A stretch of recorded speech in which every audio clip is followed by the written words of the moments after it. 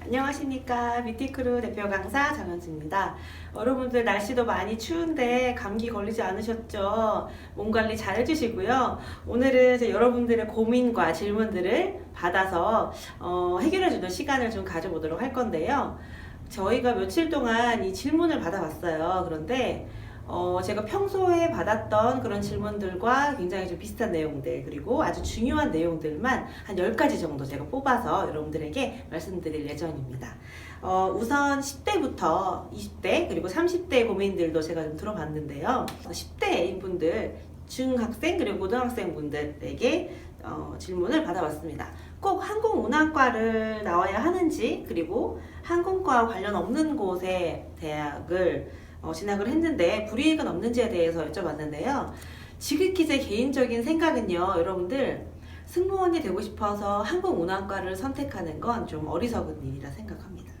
물론 항공운항과에서 특채도 진행을 하고 있고 많이 갈 거라는 그런 생각은 하고 있는데, 제가 이 9년 넘게 이 수업을 진행을 하면서 느꼈던 건 항공운항과 친구들보다 비전공인 친구들이 훨씬 더 합격을 많이 했던 것 같아요. 예를 들어서 예체능이 전공이에요. 뭐 피아노를 10년 동안 했는데 과연 면접관님들께서 좋아하실 것이냐에 대한 질문. 저는요, 오히려 오랫동안 이렇게 예체능을 했는데 그걸 포기하고 왜 승무원이 되고 싶을까라는 궁금증은 생깁니다. 그런데 이게 뭐 합격 불합격의 결격 사유가 되지는 않다고 봐요. 그래서 저는 중학생 그리고 고등학생 분들 항공운항과를 가기 위해서 공부를 하는 것보다는 우선 4년제 대학을 진학을 한 후에 캠퍼스 생활도 많이 누리시고 CC도 한번 해보고, 그쵸? 남자친구도 사귀어보고 뭐 여자친구도 사귀어보면서 마음껏 캠퍼스 생활을 누린 후에 4학년 2학기 때쯤 승무원 준비를 하시는 게 저는 개인적으로 좋다는 그런 생각을 하고 있고요. 특히 중국어나 영어 전공인 친구들도 승무원을 많이 하긴 해요. 하지만 저는 전혀 그렇게 전공 관련된 학과를 가지 않아도 된다라고 말씀드리고 싶습니다. 자, 다음 20대 분들의 고민을 알아보도록 하겠습니다. 우리 20대 분들 20대 초반, 중반, 후반의 고민이 약간씩은 다른데 그거 약간 나눠서 말씀드리도록 할게요. 우선 전반적인 고민들은 바로 이 외국어, 자, 영어, 중국어, 그리고 일어, 도대체 뭘 먼저 해야 되는지, 어떤 것부터 해야 되는지에 대해서 질문을 많이 해주셨는데, 솔직하게 제가 말씀드리면요, 제가 승무원 준비했던 이 10년 전에는 토익 점수도 600점 되면 그래도 잘하는 축에 속했어요.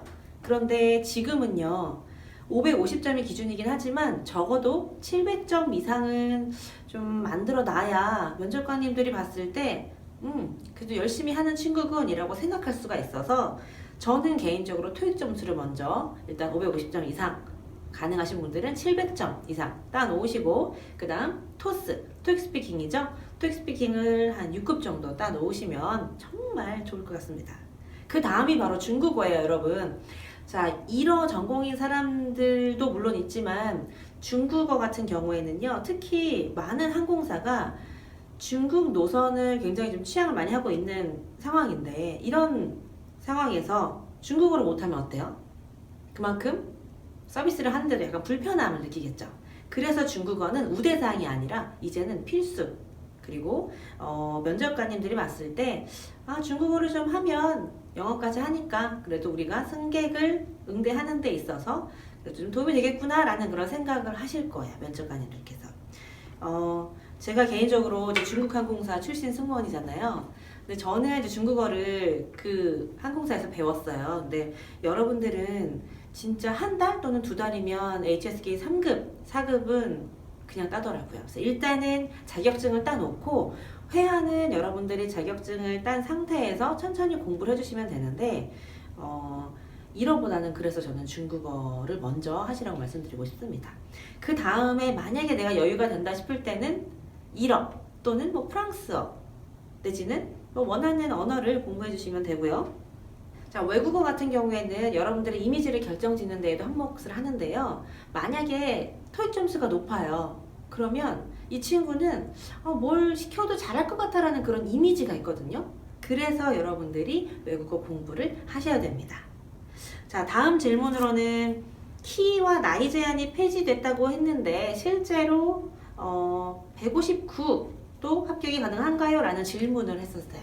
자, 162가 기준이었는데요. 이제는 한 161 정도만 돼도 합격을 하긴 합니다. 하지만 국내항공사 같은 경우에는요, 키가 너무 작으면 실질적으로 좀 힘들더라고요. 그래서 저는 키 같은 경우에는 161.5 정도는 나와줘야 그래도 합격을 할 수 있지 않을까 그렇게 생각을 합니다. 자, 나이 제한 같은 경우에는요, 실제로 대한항공 같은 경우에는 중요하지 않아요.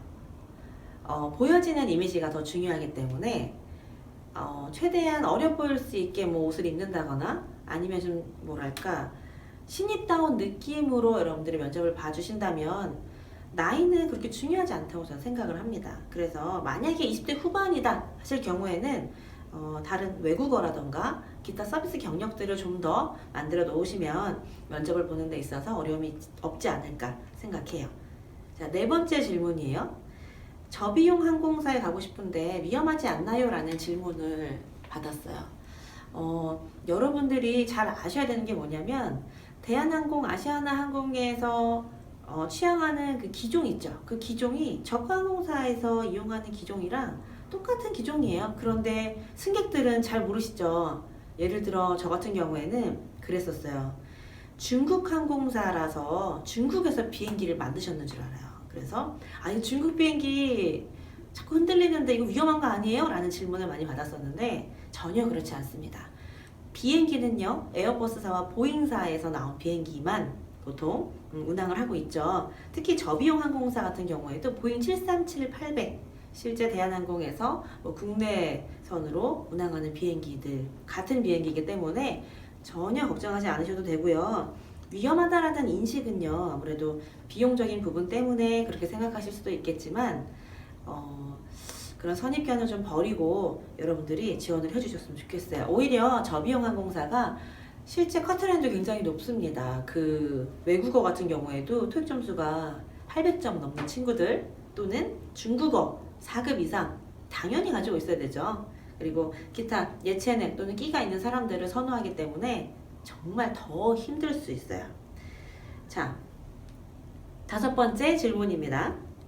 헤어 메이크업을 바꿔가는 게 좋나요? 라는 질문을 많이 해주셨어요. 특히 이 질문이 굉장히 많은데 제가 말씀드리고 싶은 건 되도록이면 여러분들이 직접 하고 가시길 권장합니다. 왜냐하면 어차피 입과하면 여러분들 직접 하셔야 되잖아요. 그쵸?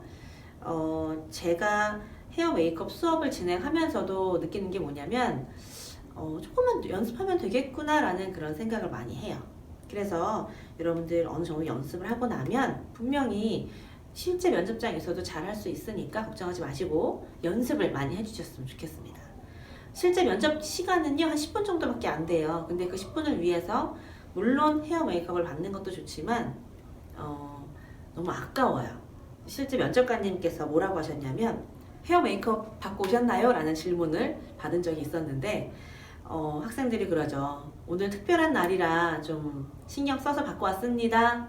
자, 이렇게 신경 써서 받고 왔습니다 라는 답변 자체가 저는 소위 말해 비호감인 것 같아요. 직접 해야지, 그리고 직접 할 줄 알아야지만 뭔가 이 친구는 일을 참 잘할 것 같다라는 그런 이미지를 좀 심어주거든요. 받았다고 하더라도 오늘은 제가 신경 써서 직접 했습니다 라고 이야기를 해주시는 게 더 좋을 것 같습니다. 여섯 번째 질문이에요. 흉터나 점 또는 수술 자국 등이 있는데 합격할 수 있나요? 라는 질문을 했었어요. 흉터 같은 경우에는요, 왜 볼까요? 면접관님들께서 이 흉터를 보는 이유는 승객들이 그래요. 실제 비행기 안은 약간 어떻게 생각해보면 굉장히 안전을 좀 중요하게 생각하는 공간이기 때문에 승무원에게 상처가 있으면 어떻죠? 상처가 있으면 승객이 그 상처를 보고 불안함을 느낍니다. 혹시 비행기 안에서 다쳤나? 그렇기 때문에 눈에 보여지는 흉터가 아닌 이상은 전혀 상관없고요. 점 같은 경우에도 한두 개 정도는 상관이 없어요. 하지만 육안으로 봤을 때 너무 지저분해 보인다 싶을 경우에는 점을 과감히 빼주시는 게 좋습니다. 자, 수술 자국 같은 경우에는 실제로 뭐 예를 들어 내가 심장 수술을 했다. 그래서 수술 자국이 정말 깊게 있다. 이런 경우에는 문제가 당연히 될 수 있겠죠. 겉으로 보여지진 않지만 건강상의 이유로 안 될 수 있다는 점 알고 계시면 좋을 것 같고요. 자, 7번째 질문이에요. 준비 기간은 얼마나 필요한가요? 라는 질문을 많이 해주셨는데 보통 중학교 때부터 준비를 하려고 합니다. 제가 서울관광고등학교 항공서비스과에서 강의를 하면서 이 고등학생들한테 질문을 또 많이 받았었어요. 근데 그 학생들이 하는 말이 너무 늦지 않나요? 제가 항공운항과도 가야 하고 대학교도 가야 되는데 지금부터 준비하면 늦지 않을까요? 라고 질문을 많이 했었는데 전혀 늦지 않습니다. 제가 아까 말씀드렸다시피 대학생활 마음껏 누리시고 4학년 2학기 때쯤부터 승무원 준비해 주시는 게 훨씬 더 도움이 될 거라는 거. 준비 기간은 개인차가 있어요. 어떤 분들은 2달 만에 합격하는 친구들도 있고요. 어떤 분들은 2년이 넘도록 합격하지 못하는 친구들이 있지만 그래도 포기하지 않는다면 꼭 합격할 수 있다라고 제가 말씀드리고 싶습니다. 자, 8번째 질문입니다. 8번째 질문에는요, 승무원들이 그만두는 이유가 뭐예요? 라고 물었어요. 제 개인적인 생각이에요, 이것도. 이 승무원은요, 여자라면 한 번쯤은 해볼 만한 직업인데요, 평생 할 직업은 아닌 것 같습니다. 왜냐하면 저도 이제 결혼을 하고, 아이를 키우다 보니까, 솔직히 말씀드려서 비행을 간다는 게 너무 어려운 일인 것 같아요. 물론, 본인이 정말 비행이 좋고 열심히 하고자 하는 의지가 있다면 오랫동안 비행을 하겠지만 현실적인 문제에 많이 부딪힙니다. 그래서 승무원들은 결혼을 해서 그만두는 경우가 생각보다 많아요. 그래서 그런 경우가 있겠고요. 또는 뭐 건강상의 이유로 예를 들어 이제 지상에서 일하는 것보다 비행기 안에서 일하는 게 훨씬 더 힘들 수가 있잖아요. 그런 부분들 때문에 그만두는 경우도 꽤 있어요. 그래서 여러분들이 지금부터라도 체력 관리를 좀 잘 해주시거나 입사 후에 그리고 승무원이 되고 난 이후의 진로도 한번 생각해 보시는 것도 나쁘지 않다고 생각합니다. 자, 9번째 질문이에요. 승무원 채용 기준이 도대체 뭐냐? 어떤 항공사는 이미지라고 하는데 어떤 항공사는 뭐 어학이다 뭐 이런 경우도 있고요. 근데 이미지를 본다고 하는 항공사가 나보다 이미지도 안 좋고 별로인 사람이 합격을 했다 이런 경우도 있다고 합니다. 그렇죠? 또는 우리는 어학 점수를 봅니다 라고 하는 항공사들이 있어요. 그런 항공사는 또 어떤 친구가 그래요. 선생님, 제 친구는 저보다 점수도 낮고 이미지도 별론데 저는 안 되고 왜 그 친구가 됐는지 모르겠어요 라고 질문을 하는 경우가 있어요. 근데 잘 생각해보면 면접은 굉장히 주관적인 거잖아요. 여러분들 연애를 할 때도 어때요? 남자친구 또는 여자친구 사귈 때 내가 좋아하는 그 포인트가 있어요. 근데 그 포인트를 딱 캐치를 해야지만 그 사람이 좋아지는 거거든요. 이 면접도 똑같은 것 같아요. 언어나 이미지가 내가 봤을 땐 별로 좋지 않아도 면접관님의 눈에는 좋아 보일 수 있거든요. 그래서 약간 억울할 수 있겠지만 이 면접 기준이라는 건 특별히 없습니다. 특히 사람이 사람을 채용하는 거기 때문에 기준을 두지 마시고 꾸준히 계속 준비를 하시고 만약에 부족하다 싶으면 어학점수 좀 더 올려주시고 노력해 주셔야 될 것 같아요. 자, 이거 학생들이 정말 많이 물었던 질문인데요. 도대체 학원, 과외 해야 되는지에 대해서 그리고 어디가 좋은지에 대해서 한번 물었어요. 제가 사실은 승무원 준비할 때 학원을 한 3군데 정도 다녔던 것 같아요. 학원을 좀 많이 다니면서 느꼈던 게 뭐냐면 그냥 그 승무원 출신 선생님이 좋아서 그 선생님 보러 갔었죠. 배우는 것도 좋았고. 근데 중요한 게 뭐냐면 그 학원은요, 강사님들의 학생이 아니라 학원의 학생인 거예요. 그래서 강사님들이 이 수업 시간 이외에는요, 아예 학생들을 봐주질 못해요. 그래서 그런 부분들이 좀 아쉬웠고, 특히 그 학원 같은 경우에는 비용적인 부분도 약간 부담이 될 수 있겠고, 하지만 이제 과외 같은 경우는요, 또 이제 장단점이 있죠. 뭐 단기간에 끝낸다는 단점이 있는 반면에 과외는요, 한번 맺은 인연이 거의 끝까지 가는 경우가 많아요.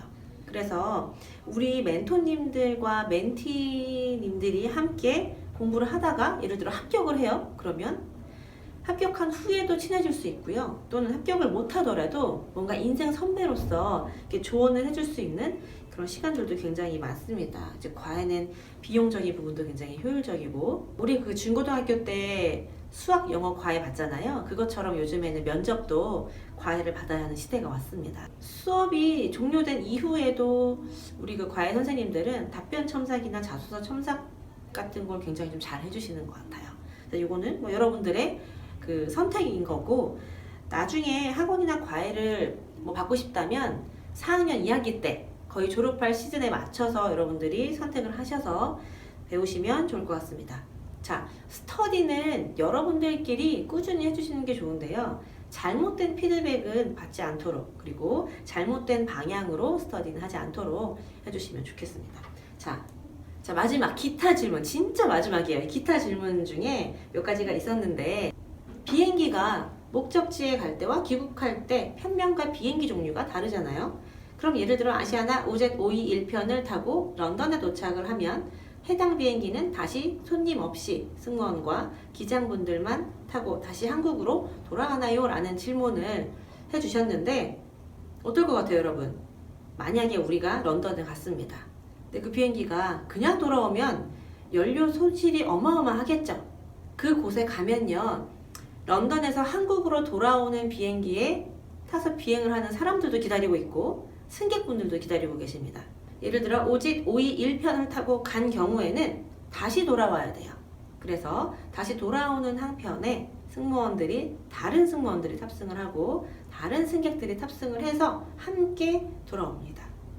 이해가 되셨나요? 절대로 비행기는요, 그냥 이동하지 않아요. 만약에 승객이 한 명이라도 있으면 당연히 운항을 하지만 한 명도 없는 비행기는 운항을 하지 않습니다. 자, 어때요? 여러분들 즐거우셨나요? 질문이 너무나 많았는데 제가 다음번에는 좀 더 심층적인 질문들을 담아서 여러분들에게 또 말씀드리도록 하겠습니다. 여러분 궁금하신 점 또 있으시면 카카오톡에 뷰티크루 검색해 주시고 인스타그램 팔로우 많이 해주시고요. 그리고 유튜브 구독 많이 해주시길 바라겠습니다. 여러분의 꿈을 이루는 그날까지 뷰티크루가 함께 하겠습니다. 행복하세요, 여러분.